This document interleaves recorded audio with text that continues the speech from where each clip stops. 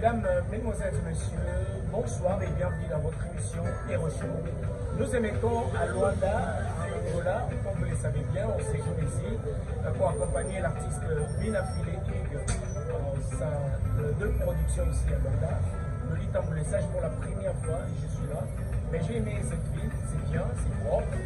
Et aujourd'hui, avant, bien évidemment, sa deuxième prestation chez Tudi Event, nous allons recevoir l'artiste avec tout son groupe ici pour vous parler de ce qui s'est passé la semaine dernière et également vous annoncer ou vous montrer déjà l'image de ce qui va être pour la semaine, cette semaine déjà.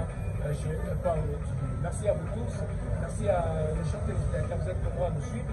Merci de vous regarder à la RTG Award chaque mardi à partir de 21h30 et la rediffusion le vendredi à 15h et bien évidemment sur votre chaîne, votre site de référence Congo Top News Monde. Ça ne bouge pas, c'est le même présentateur de lit en message. Musique, l'artiste Bina File fait son entrée et les anges, les adorateurs.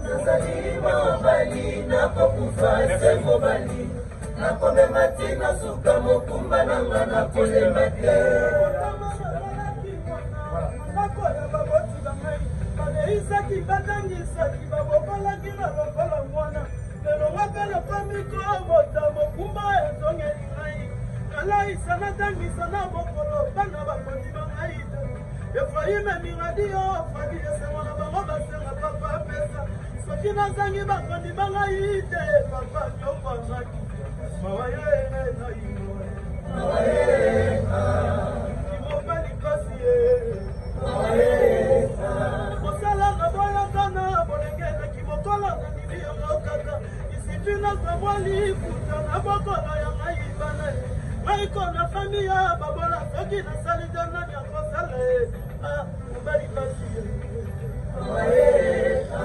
elenga sepela na bolengela yo sala nyonso elingi motema onga kuluna onga yangelobi ape okobota bana mabe ozosala na le presa ekoki kolanda futur na yo oyibaki bakoyiba yo koboyaki bakoboyo yo dasipa mobali na boyokana bolengelaki mokolo na nini esaka isifina swatali bazandalokola soni ya fami na ngai ngai komwasi moko na libota baleki mpe bakomi kokola ye mawaye na yoyoyoyo mozala na mbongo pasi enoli yamuwazanga mpe mbongo pasi igenyobami bafami baninga mpe bandeko na yo salisa opesa mpe yo bokola soki mpe ozangi bakondima yo te miziki na boyakana bomaloneki mokolo nasali yango kaka isifi nazwata mwambongo na bokolo ya ngai bana efraime miradio fadi esemana bango basenga papa pesa soki nazangi bakondima ngai te papa nyokwami mawaye ngai oyo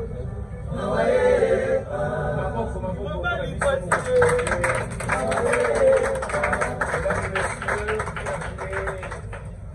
de Luanda, votre émission Hero Show. Un grand merci à notre PDG Pius Mwabilu, l'honorable ministre qui nous regarde depuis la RTGA. Merci à Gloire Kazagi de l'autre côté. Merci à Florent Kyodo à la RTGA. Merci à Madame Christelle, Madame Stéphanie Mwabilu également. De l'autre côté à Paris, je dis comme ça, big salutations à Aristote Mboda, le réalisateur de l'autre côté à Paris. Merci à Cerveau Monter qui est là, qui réalise cette émission. Merci à Chris, Mimi et à toute la grande équipe de Hero Show, Monsieur Dame, Hero Show International. C'est bon pour vous. L'artiste Bina File pour un big up à celui qu'on appelle Isaac Maï, qui est là aussi en Angola. En tout cas, pour le truc en mode l'homme à la barbe. Bonissime. Moi, ça va par la place de il a porté la merci à la premier concert il a porté la blessé dernier concert on a fait là 20 dimanche chaud voilà dimanche awa merci nationalité à Paul et je salue d'ailleurs pour la présentation pour la promotion pour la publicité en tout cas nyonso oyo baza koasiste biso nyonso tozala na bango partout surtout bajournaliste na biso ya mboka na biso awa merci na yo parce que tolai nous na Paris lokola batransir donc fololi osinga kolanda ona mona mpona moni mpe olingi ngai nzambe lelo apangola yo voilà, merci beaucoup. L'artiste dit la filée, c'est la toute première fois. Dans la carte Samboula, ah ouais, mais dans le bac on a l'émission.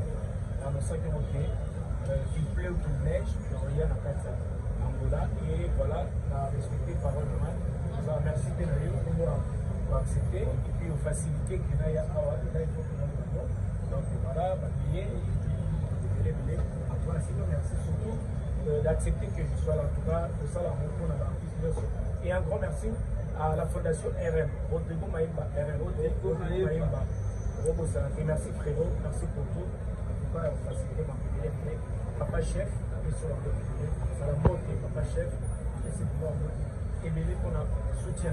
Alors, première prestation de l'équipe, à Watoko, tu as déjà la brief émission, prestation de l'émission, et l'équipe en la Katsamoula, à Ciné Atlantico, Batoumi qui balobi.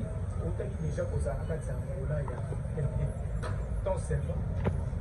Et puis, il semblerait que la promotion, et ça, là, il y a il y avait oublié, beaucoup d'artistes belé. Qu'est-ce qui s'est passé dans toute la production, toute la communication, avant de tout comment la question est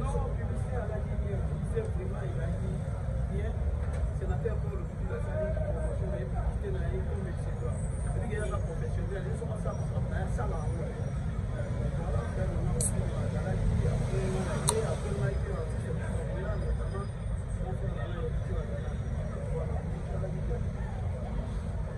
Dans ça va d'une image, je crois qu'en illustration, la mission, il y a tout d'abord en tant qu'artiste satisfait ou dessus après cette prestation. Très très satisfait parce que nous pouvons retenir dans la salle de l'humanité hors d'âme.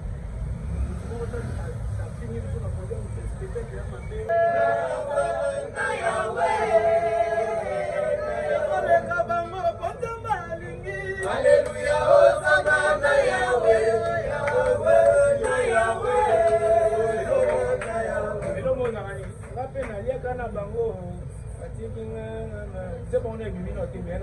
ah ben, les sons. Rendez-vous dimanche, dans tout le chocolat. Dimanche, vous voyez Belé, tout le ensemble. Et puis rendez-vous, le 25 décembre, vient la mission Ritier Watana, dans le stade des Martyrs. Et puis vient la mission Père Ego, là où tu as annoncé, le 30 juin, stade des Martyrs. Voilà. Tout va bêta na baoulier, va bêta la chanter la tête grande. Va bêta derrière la stade de Martyr. Donc c'est une annoncé de ce que va pour le moro. Biso la biso va petit kuna. Oh ma karateka. Si le lodas au monde entier. Rendez-vous stade de Martyr.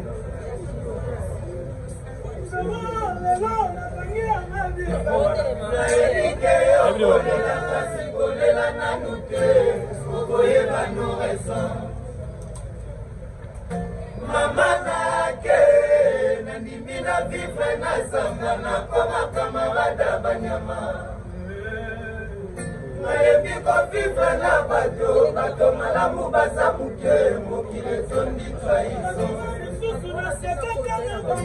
soki napesi naseki soki nazangi naini mokili esalema bongo Okola monaki 2 millions, alandi mobile 2 millions, akomi komona masambale. Rekoma lokola punition, nasale na bato bolamu, menga bafutaka mamabe.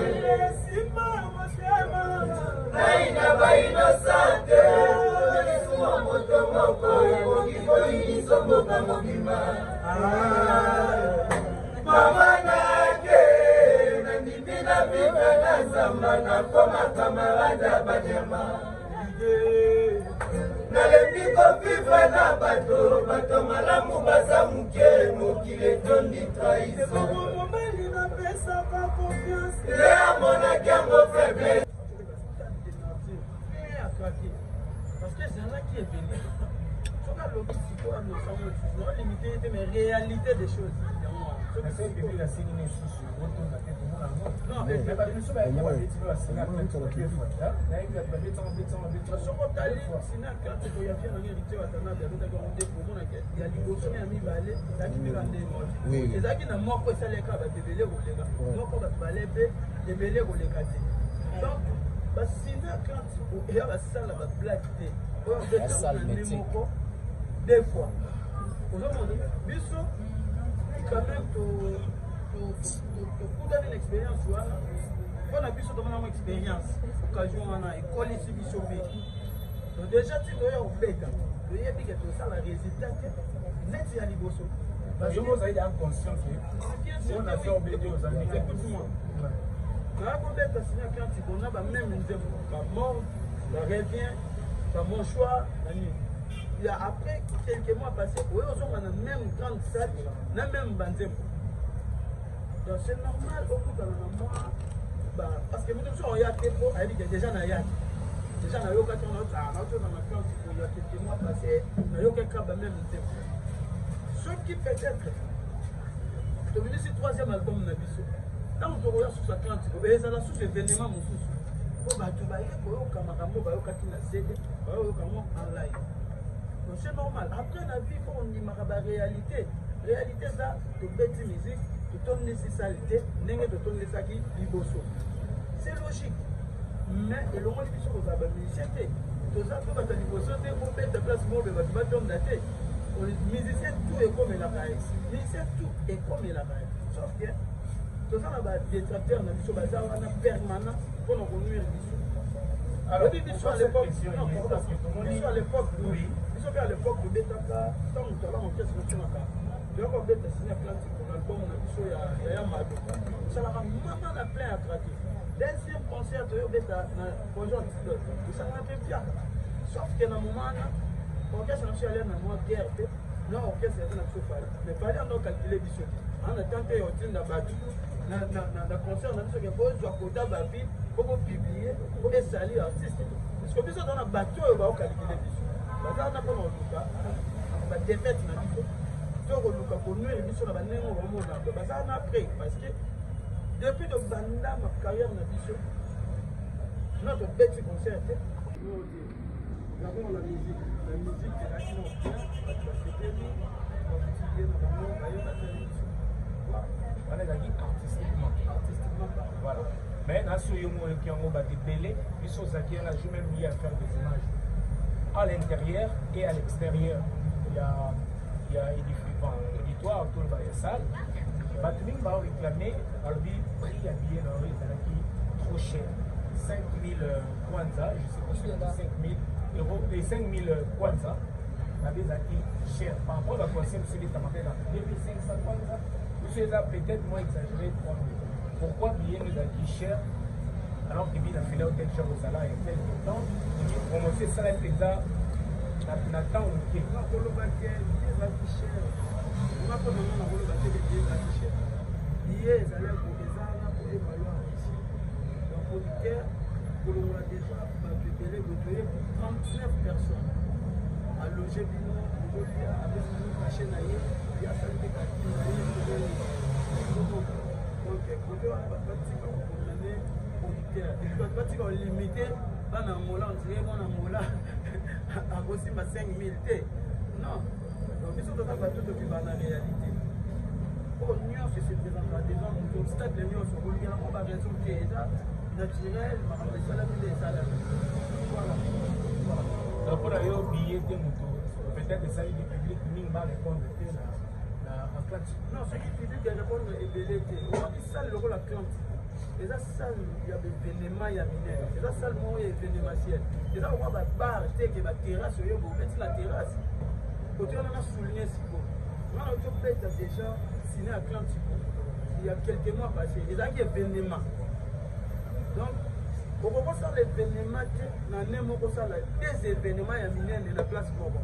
Rentabilité, c'est un dingue Moron. Même par exemple, Moron, il faut pas dire, il faut pas. On peut mettre un stade de partir. Plein à craquer, les événements vont aussi par-ci par-là. stade de martyrs avec un décembre, on doit même résultat. Parce que les relations c'est événement. Donc c'est normal, donc tu vas se présenter comme au début. Voilà. Ils ont le bas. Et le bas. Ah, donc voilà, ah, bien. il y a fini. T'as fini.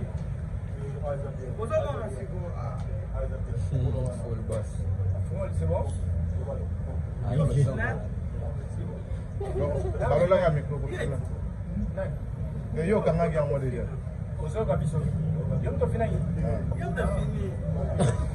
Là aujourd'hui avec Café des Stars en pleine scène de Binafilé, le concert ça s'était bien passé. On est presque à la fin de toutes les choses, maintenant on sort. Yango toloba kaka tozalaka wana pona ba prestation tout tozalaki a lelo pona show ya sénateur Paulo Tudilo avec Binafilé. Nakati ya Vitesse TV, VK Pro TV, Eli El Pro TV, la chaîne Oeza suivi tout le temps, tout le moment. En tout cas, vous s'abonner massivement à la chaîne Oyo. Tous en a continuité, il y a scénario Oeza toujours, il y a Binafilé. Tous en sous dimanche, les 20, Nakati il y a Showplace, il y a Tony Le Paolo. Tous en toujours la continuité, à concert. Tous on Sabino live, en direct, il y a Mambutu en direct. Donc, vous s'abonner massivement à la chaîne Oyo pour le concert, il y a Binafilé.